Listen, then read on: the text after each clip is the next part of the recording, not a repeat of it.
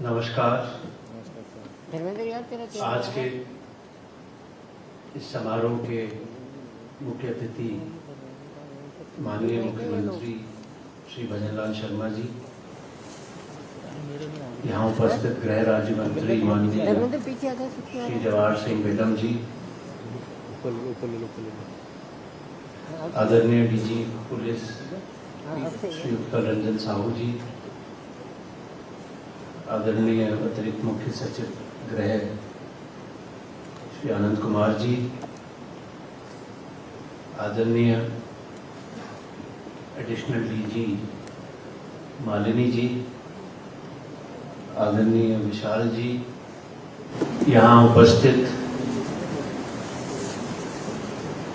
आदरणीय डीजी साहिबान रवि जी, राजेश जी, हेमंत जी, संजय जी, सुनील जी, उपस्थित समस्त सीनियर हमारे एडिशनल डीजी साहिबान,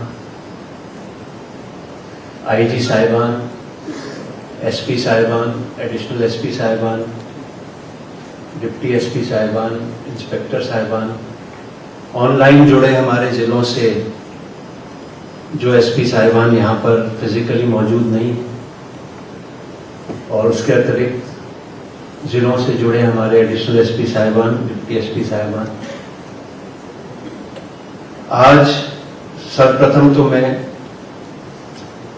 डीजीपी साहब को और पूरी टीम को बधाई देना चाहता हूँ कि जो डीजीआईजी कॉन्फ्रेंस हुई उसके 7 महीने बाद ही आपने उसकी भावना के अनुरूप स्टेट में भी ये 2 दिवसीय चिंतन शिविर रखा है, जिसमें इंस्पेक्टर एंड अबव सभी अधिकारियों को आपने सम्मिलित किया है। ये बहुत बड़ी सराहनीय पहल है। मैं आपको और पूरी टीम को, मालिनी जी को और सबको बहुत बहुत बधाई देना चाहता हूँ।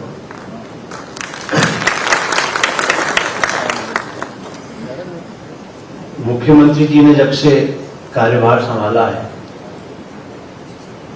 Police, crime control, peace, law and order और कानून का इकबाल बुलंद रखने के लिए हमेशा उनकी प्राथमिकता रही।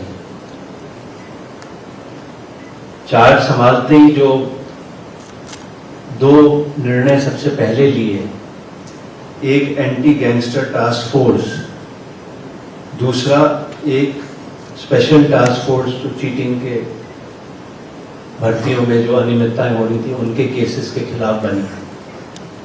इन दोनों टास्क फोर्स में एक जिसको दिनेश जी हेड कर रहे हैं, दूसरा जिसको विजय जी हेड कर रहे हैं, दोनों ने इतना अच्छा काम किया और राज्य में वापस जिसे कहते हैं रूल ऑफ लॉ को कायम करने में जो सफलता प्राप्त की, वो वास्तव में बहुत ही प्रशंसनीय है।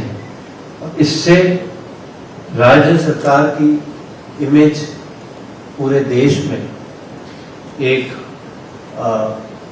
उसको बहुत एक अच्छी इमेज बन पाई है कि राजस्थान राज्य में क्राइम, चाहे ऑर्गेनाइज क्राइम हो, चाहे छोटा बड़ा कोई क्राइम हो, उसके खिलाफ बहुत सख्त कार्रवाई होती है।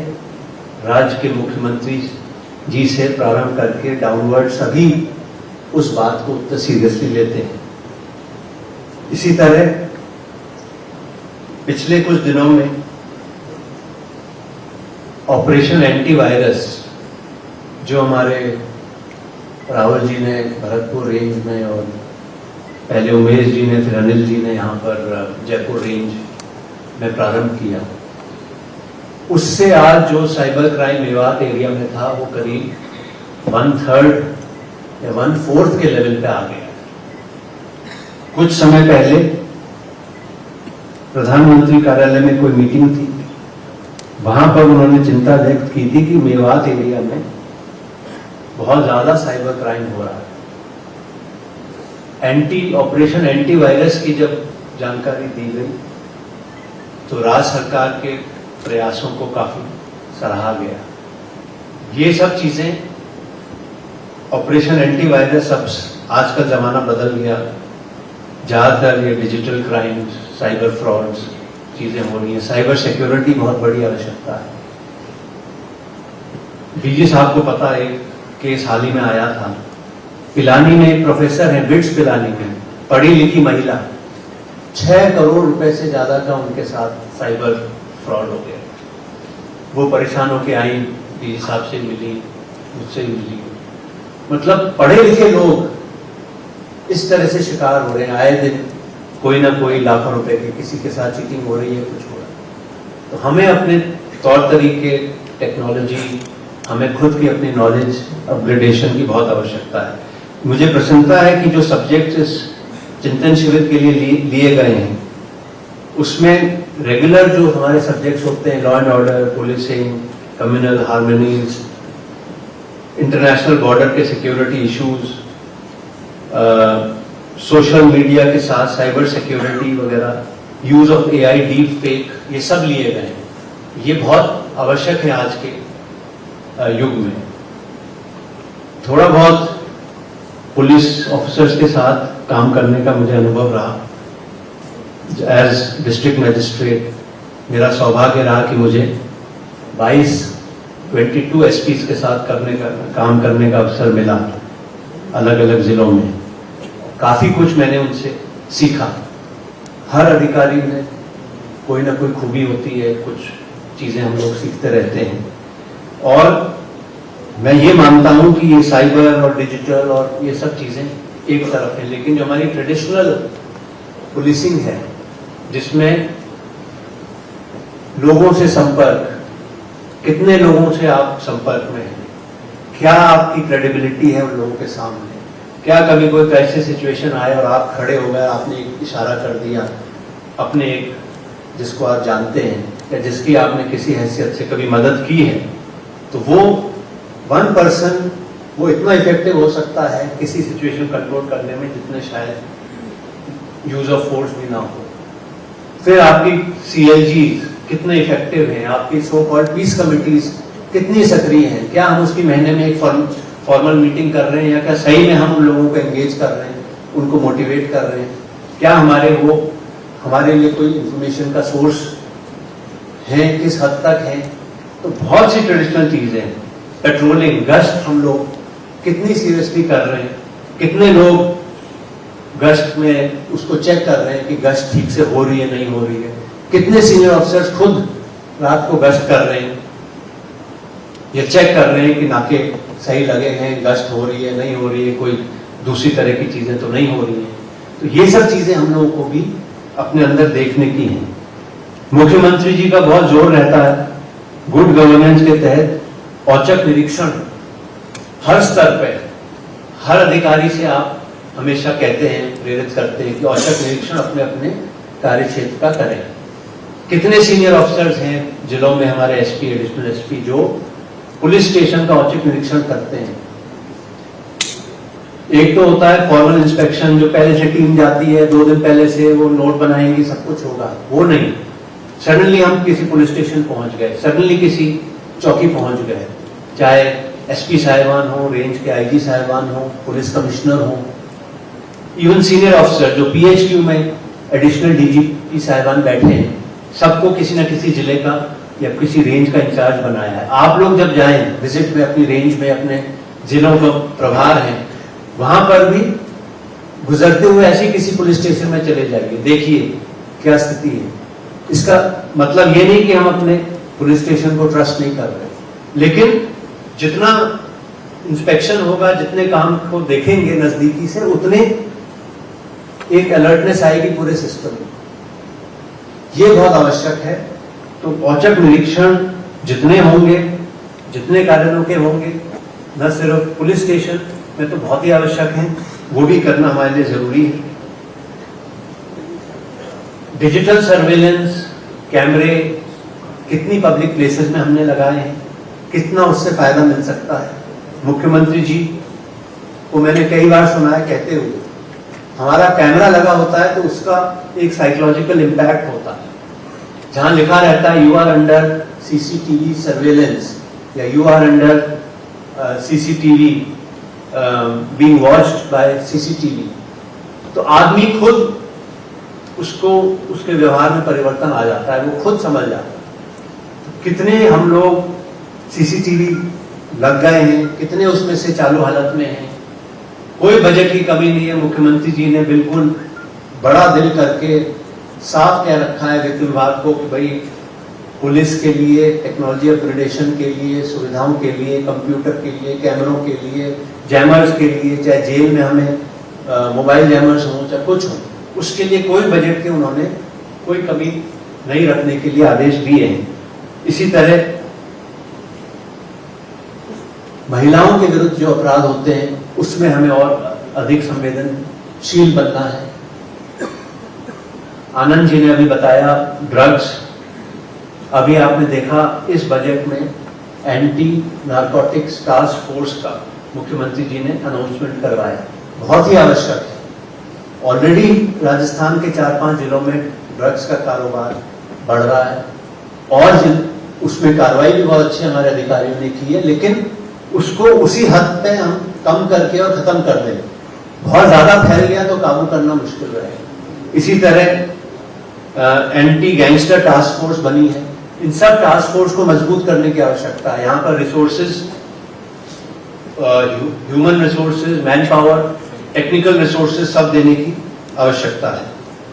हमारे नए कानून इसी साल से आए हैं, जुलाई से। बहुत बड़े स्तर पे ट्रेनिंग हुई है और राजस्थान आई गॉट मिशन कर्मयोगी की ट्रेनिंग में अग्रणी रहा है। प्रधानमंत्री जी ने स्वयं मुख्यमंत्री जी के एफर्ट्स को सराहा है पूरे देश के सम्मेलन में, जहां सभी राज्यों के मुख्यमंत्री थे, कि आई गॉट मिशन कर्मयोगी में जितना प्रशिक्षण, जितने लोगों ने रजिस्ट्रेशन राजस्थान में कराया उतना कहीं नहीं कराया।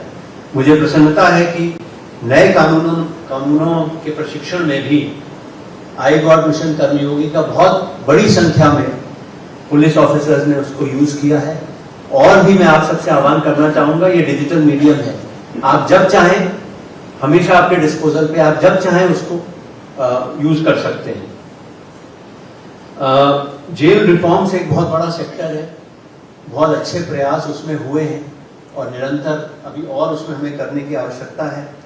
इसी तरह अभय कमांड सेंटर एक बहुत बड़ा टूल है हमारे सभी पुलिस फोर्स के पास, सभी डिस्ट्रिक्ट में हो गया है। कुछ साल पहले सिर्फ जयपुर में था, मेरे ख्याल से 7-8 साल पहले की बात है। मैं तो दिल्ली में पोस्टेड था, एक बार जयपुर आया था तो उस समय संजय जी पुलिस कमिश्नर थे। इन्होंने मुझे कहा कि आप एक बार अभय कमांड सेंटर देखिए जयपुर पुलिस कमिश्नरेट का। तब मैंने देखा था, उन्हीं के टाइम पे वो स्थापित हुआ था, बहुत ही इंप्रेसिव था। मुझे जानकर खुशी है कि अब ये सभी जिलों में इस प्रकार से अभय कमांड सेंटर स्टैब्लिश हो गए हैं। राजस्थान की बहुत एक पीसफुल स्टेट की इमेज है, आप सभी ने इसमें बहुत योगदान दिया है सालों से। उस इमेज को बरकरार रखने के लिए पीस के वजह से ही डेवलपमेंट और इंडस्ट्रियलाइजेशन और ग्रोथ हो सकती है स्टेट की।